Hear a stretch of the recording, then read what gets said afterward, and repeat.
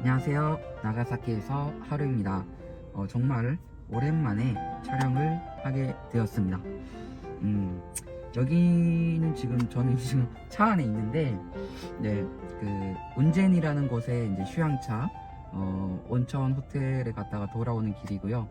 돌아오는 김에 영상을 한번 찍어보고 싶어서 카메라를 켜게 되었습니다. 이번에 소개해 드릴 거는 제가 일본에 살면서 느껴왔던 것들에 대해서 소개, 팁이 될 수도 있고요. 제 나름대로의 제가 느꼈던 점들, 힘들었던 것, 좋았던 것들에 대해서 소개를 해드리고 싶어서 카메라를 켜게 되었습니다. 오늘 제가 소개해 드릴 거는 5홀 경험담인데, 경험담과 그리고 간단하게 조언이 될 만한 것들, 조언이라 하기도 그런데 제가 느꼈을 때 요런 거를 하고 준비를 하고 워킹 홀리데이를 오시면은 조금 더 알차게 워킹 홀리데이를 보낼 수 있지 않을까 하는 것들을 조금 간추려서 소개해 드리고자 해요. 네, 우선 첫 번째로 조금 삑사리가 나는데, 첫 번째로 제가 왜 하필 일본으로 워킹 홀리데이를 했는가에 대해서 얘기를 해드리고 싶은데, 솔직히 하고 싶은 말은 단순하게 아무 생각 없이 왔어요. 한 절반 50% 이상이 단순히 가까워서, 근데 제가 해외 경험이 한 번도 없었기 때문에 그 해외 경험을 해보고 싶다라는 것도 있었고, 지금 당장 하고 있는 일에 대해서 그때 당시 이제 대학생이었는데 그 전공에 대한 불안함 것도 많았고, 그래서 일단은 조금 떠나고 싶은 마음이 가장 컸습니다. 네. 그리고 일본이 아시아 문화권에 있다 보니까 한국이랑 비슷한 점도 많죠. 그래서 덜 힘들 것 같았어요. 네. 그럼 두 번째로 참고로 저는 일본어를 전공으로 하지 않았습니다. 워킹 홀리데이 전까지 일본의 1도 몰랐고요. 네. 그냥 이제 유명한 영화 같은 거, 영화라든지 드라마 몇 가지, 그리고 애니메이션, 끽해봤자 원피스 이런 거 있죠. 네. 그런 거 정도였는데 네, 정말 무턱대고 왔습니다. 저는 일본어를 1도 할 줄 모르는 상태에서 일본에 가게 된 것이죠. 네. 그리고 이제 세 번째로 초기 자본이죠. 얼마 정도를 모아서 갔냐면은 1년 동안 200만원 정도가 초기 자본에 필요하다라고 적혀 있었던 것 같아요, 그 당시에. 지금도 그런지는 모르겠지만. 그래서 비행기 값이라든지 이런 걸 포함해서 250만원을 들고 일본으로 갔습니다. 제가 일본 해외라는 곳을 이제 처음 가보기도 하고, 그것 때문에 이제 여권도 이제 처음으로 만들게 되었고요. 일본에 와서 일본어가 안 되니까 제가 가야 하는 목적지도 어떻게 가야 하는지 전혀 모르는 상황이었어요. 네.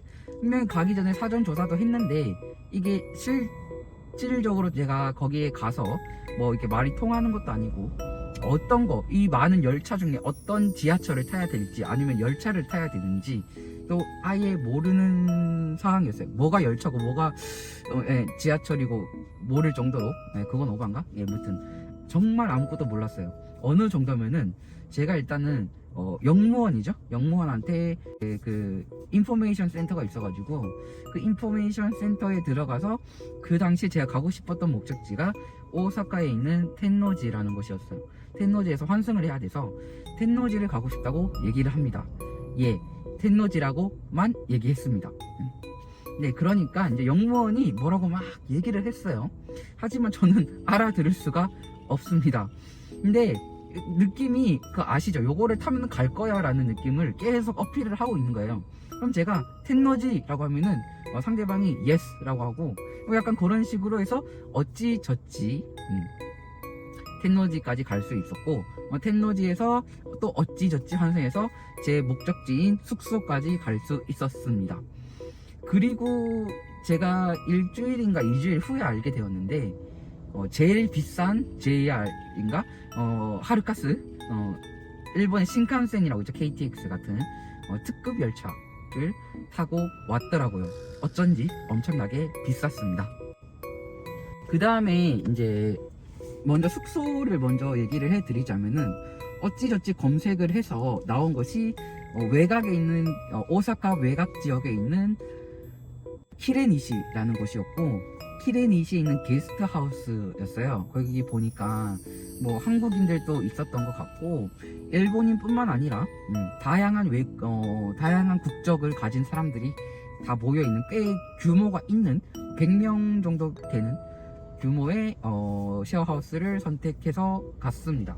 나중에 추가적으로 해드리겠지만 게스트하우스를 처음에 이제 워킹 홀리데이를 하시는 거면은 처음 어느 정도 한 반년 정도만이라도 게스트하우스에서 지낼 것을 추천해 드립니다. 물론 이제 원룸이라든지 그런 것을 구하셔도 상관은 없지만 게스트하우스만의 장점들이 너무 많아요. 물론 단점들도 많습니다만 그 처음에 해외에 가서 여러 사람을 이제 누가 누군지 모르는 상황이잖아요.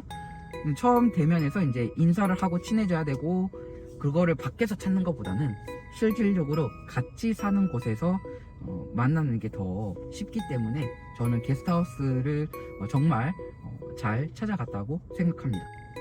그 다음으로 아르바이트인데, 당장 이제 제가 초기 자본이 250만 원을 들고 갔다고 했는데 집 구하는 거랑 비행기 값이랑 이런 거 다 하니까 수중에 남은 돈이 200이 안 되죠. 200이 안 됐어요. 그러면은 그걸로 이제 초기에 생활을 하면서 허리띠를 졸라매서 생활을 하면서 아르바이트를 구해야 하는데 제 일본어 실력이 그 당시에 죄송합니다, 감사합니다 정도밖에 못하는 수준이었어요. 익혀봤자 히라가나 가타카나를 읽을 정도. 도대체 어떤 자신감으로 제가 그 상황에서 일본에 왔는지는 정말 알 수 없습니다. 그냥 떠나고 싶어서 왔어요. 예. 그러면은 일본어를 어떻게 공부를 했느냐인데, 예. 아르바이트를 해야 되잖아요. 아르바이트를 하려면은 말을 할 수 있어야 돼요. 말을 할 수 있어야 되고 그 상대방의 말을 들을 수 있어야 되죠. 예. 그러면은 돈이 점차 이렇게 줄어 들어가는 게 보이죠. 이게 더 적으니까 금액이 끼케봤자 짧게 보면은 많은데 길게 보면 정말로 작은 돈이잖아요. 한 200만 원 정도가. 이게 조금씩 이제 깎여 가 있는 게 보여요. 그러면은 아르바이트를 해야 되고, 그럼 일본어를 해야 돼요. 그러면은 필사적이게 됩니다. 남들 다 아르바이트 가는 시간대에 엄청나게 조용한 시간대가 있거든요. 그럼 그런 조용한 시간대에 저는 이제 드라마를 일들을 보거나 하면서 공부를 했습니다. 물론 그것뿐만이 아니라 거기서 알게 된 일본 친구들이 하는 말들을 따라 하면서 그 말을 써보기도 하고, 그러면서 일본어를 익히게 되었습니다. 물론 어찌저찌 또 거기서 같은 이제 게스트하우스에서 친한 형이 생겨가지고 그 형한테 소개받은 음식점에서 면접을 보고 합격을 했는데, 솔직히 얘기해서 어떻게 면접에 합격을 했는지도 모르겠어요. 네, 왜냐면은 당시에 생각해보면 정말 일본어를 못했고 못 알아들었고, 그 사람은 또 굉장히 면접이지만 간단하게 질문을 하는 정도였어가지고 뭐 정말 일자리가 부족했겠죠. 그리고 또 그때 당시 알려준 그 형이 음식점에서 실내 신임도 또 많이 받아서 일 수도 있고요. 네, 그래서 이제 알바를 이제 이 이름이 교잔 오쇼라는 곳인데 거기서 처음 이제 알바를 시작하게 됩니다. 네.